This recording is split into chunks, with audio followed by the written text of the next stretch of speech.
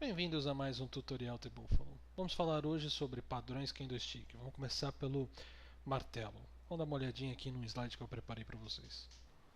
Bom, para falar dos padrões Candlesticks, a gente tem que mencionar o criador dos Candlesticks, que é o Munihisa Homa, tá? Um japonês que viveu no século XVIII. Uma curiosidade sobre os japoneses é que eles foram os primeiros, né, os pioneiros a usarem análise técnica já no século XVII, tá? E Morihisa Homa, ele, além de ele ter criado os padrões candlesticks, ele possui o recorde de 100 trades consecutivos vencedores. Quer dizer, ele entrou no mercado 100 vezes e as 100 vezes ele ganhou seguidas, tá? Não perdeu nenhuma vez dessas 100 vezes.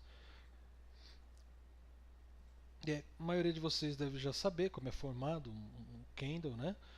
O candle de alta ele é pintadinho de branco, né? Enquanto que o de baixo é preto. E o fechamento do candle de alta é em cima, no de baixo é embaixo, né? Como na figura aqui, tá? Então essa figura aqui significa o que? O mercado abriu, deu uma pequena queda, batendo a mínima, subiu, bateu a alta e fechou um pouquinho abaixo.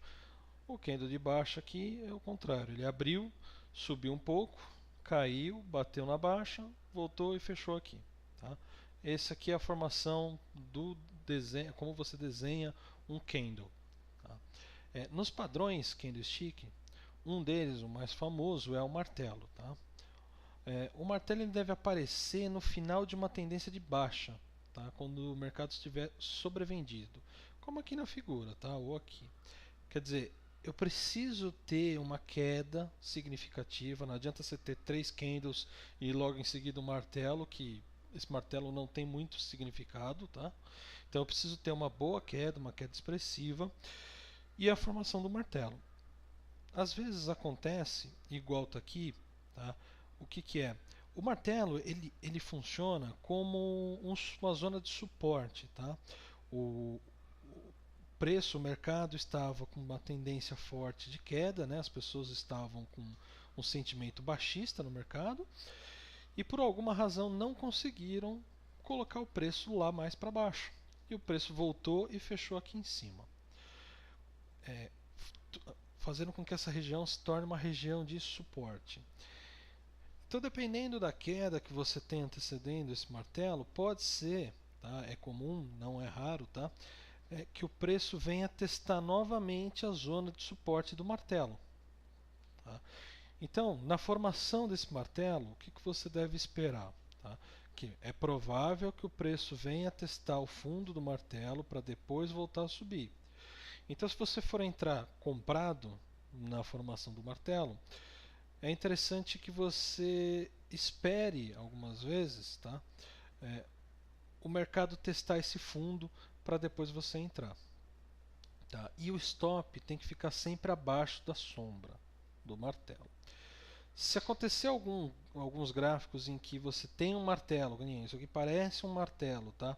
Se ele não for a última coisa, a coisa mais baixa, a sombra dele não for o fundo do teu gráfico, aí não é um martelo.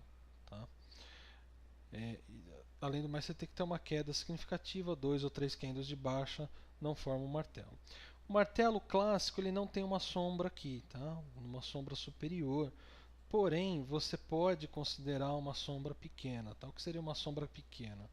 Você faz um teste em relação à sombra da formação do martelo. A sombra inferior tem que ser bem maior do que a sombra superior, tá? Para ser um martelo. Vamos a um outro exemplo.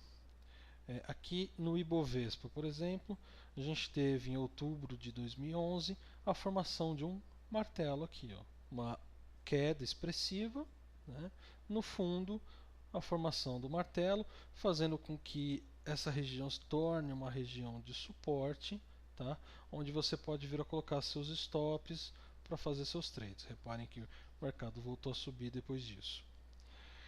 Um outro exemplo, BBAS3, né? Nós temos aqui aquilo que eu falei, olha só, um martelo, uma sombra que não é tão grande assim em relação à sombra de baixo.